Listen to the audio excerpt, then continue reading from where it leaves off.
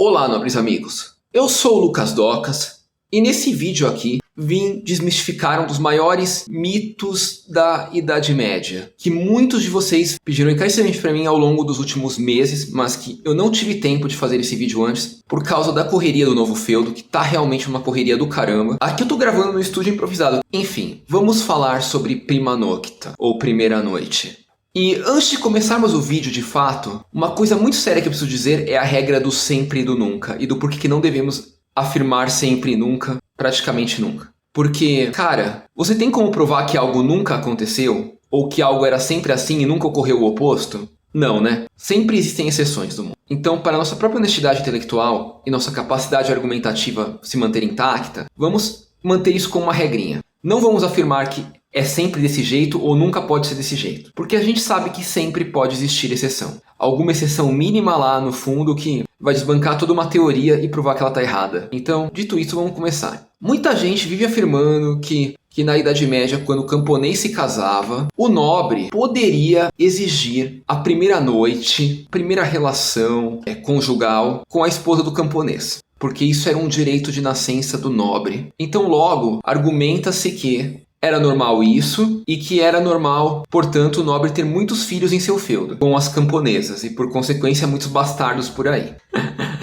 Desculpa eu estar rindo, mas vocês vão estar rindo no final do vídeo também, porque vocês vão ver o quanto isso não faz muito sentido. Quer dizer que não existiu? Não vou falar que não existiu, porque com certeza teve alguma exceção aí, algum nobre doido que fez isso, com certeza. Mas era normal? Cara, desculpa, mas não tem como, se você entender o mínimo da realidade do que era a vida do nobre na Idade Média, você achar isso normal, por alguns motivos muito claros. Primeiramente, o nobre, ele é o nobre porque é o dono da terra. E o nobre, no fundo, é só um pequeno indivíduo, uma pequena célula do macro-organismo que é a família nobre, a família dele. Então, por exemplo, eu sou um Possalski. Logo, eu sou apenas uma célula da família Possalski. E por consequência as minhas ações afetam o macro-organismo como um todo. Então, se eu fosse um depravado do caramba, que saísse tendo filhos bastardos por aí à torta e à direito, o que ia acontecer com a minha família? Eu ia gerar um monte de problemas e conflitos para ela. Pensa só. Cada filho bastardo é um risco para a linhagem principal da família, porque ele pode conseguir alegar de alguma maneira a origem dele e dar um golpe na família. Então, filhos bastardos não são coisas muito desejadas por nobres. Sem falar que o nobre, quando gera, tem que dar um jeito neles. E dar um jeito, eu falo, não significa sumir com eles no mundo. Às vezes é criá-lo e trazê-lo para a família mesmo, para colocá-lo em uma posição onde a família tenha controle desse filho bastardo. Porque se deixá-lo solto no mundo, outro nobre pode se apoderar desse filho e se utilizar no futuro para golpes, traições ou coisas do tipo. Então não faz muito sentido, desse primeiro ponto de vista, o nobre sair gerando bastardos por aí, porque bastardos geram risco à família. Esse é o primeiro ponto. Segundo ponto, o nobre tem que gerar filhos com a mulher dele primeiro, porque o nobre precisa de herdeiros, e herdeiros legítimos de preferência, para poder manter a linhagem saudável. Ai, mas o cara já poderia ter 5 filhos, uma boa e tudo o resto. Cara, a mortalidade infantil na Idade Média era gigante. Então, ele sempre tinha que estar gerando novos filhos para garantir que algum deles chegasse à idade adulta. Seja para não morrer como criança, ou seja para, se morrer em batalha, ter um segundo para substituir ali, ter um outro.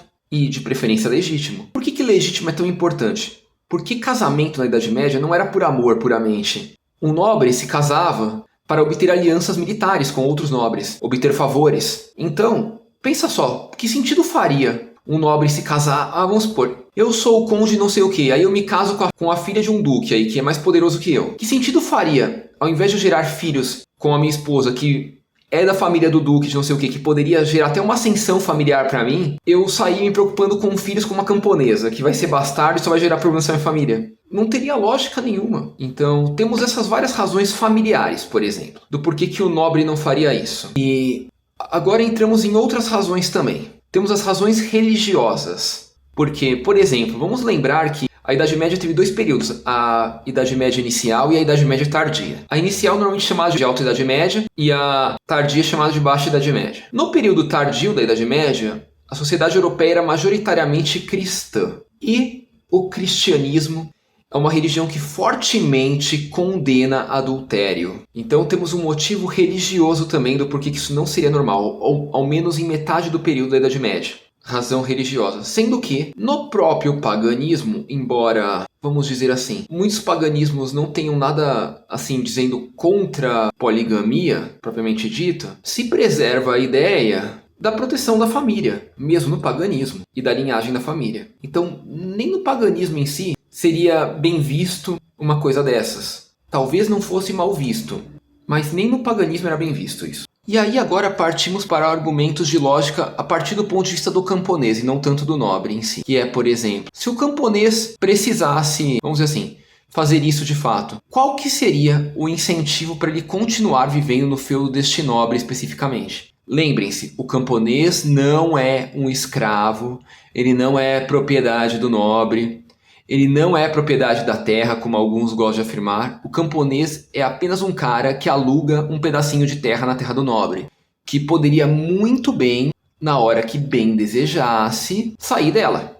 Normalmente não fazia isso porque não fazia sentido para ele, mas ele poderia muito bem fazer. Agora imagina só, temos uma terra aqui onde o nobre faz essa doideira, e logo do lado temos uma outra terra onde o nobre não faz. Qual que seria a chance do camponês simplesmente falar, não, eu vou para outra terra? Ou meramente falar, não, eu vou me casar na outra terra. Porque afinal eu posso só pegar o meu burrinho aqui, andar uns 5, 6 quilômetros até o feudo vizinho, realizar meu casamento lá e volto pra cá. Por que ele simplesmente não poderia fazer isso só? Lembrem-se, não havia essa restrição assim do camponês ter que ficar preso à terra, como alguns gostam de acreditar. Isso é bobagem. Por que ele simplesmente não faria isso? Ou não mudaria de vez a terra se achasse o seu senhor feudal muito autoritário e tirânico? Ou melhor dizendo, por que ele não levaria para os tribunais da igreja esse senhor feudal, que poderia ser condenado por heresia, por desrespeitar um dos 10 mandamentos da Bíblia? Pois é, né? Não teria muita lógica por que não fazer uma coisa dessas. Aí agora tem mais um argumentozinho. Se o nobre quer tanto assim ter uma relação fora do casamento, por que ao invés dele tentar forçar as mulheres camponesas a terem relação com ele, ao invés de simplesmente, sei lá, pagar uma profissional ali, por exemplo, ele tinha poder pra isso, né? Se ele quisesse tanto.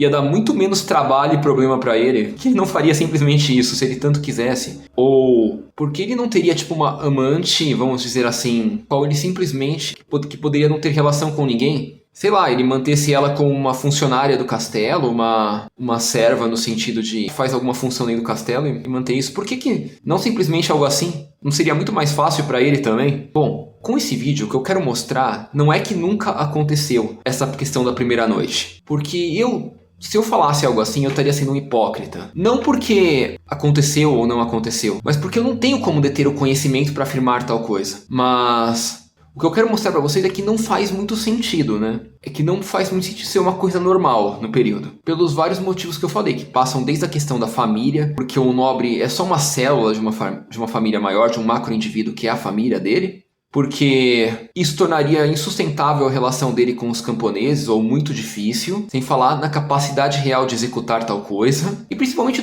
por que ele teria trabalho pra isso, velho? Ele poderia ter uma relação extraconjugal tão facilmente que ele não precisaria ter todo o esforço de obrigar cada camponesa. Não teria lógica pra ele. Antes de finalizar o vídeo, eu gostaria de dizer que eu não sou a favor de relações extraconjugais. Eu acredito que quando nos casamos, seja esse um casamento de alguma religião ou até sem religião nenhuma, nós nos unimos porque queremos estar com a pessoa com a qual nos unimos. Então eu acho que relação extraconjugal é uma coisa completamente sem sentido. Mas o que eu tô querendo mostrar aqui pra vocês não é que eu defenda isso, na verdade eu não defendo de jeito nenhum.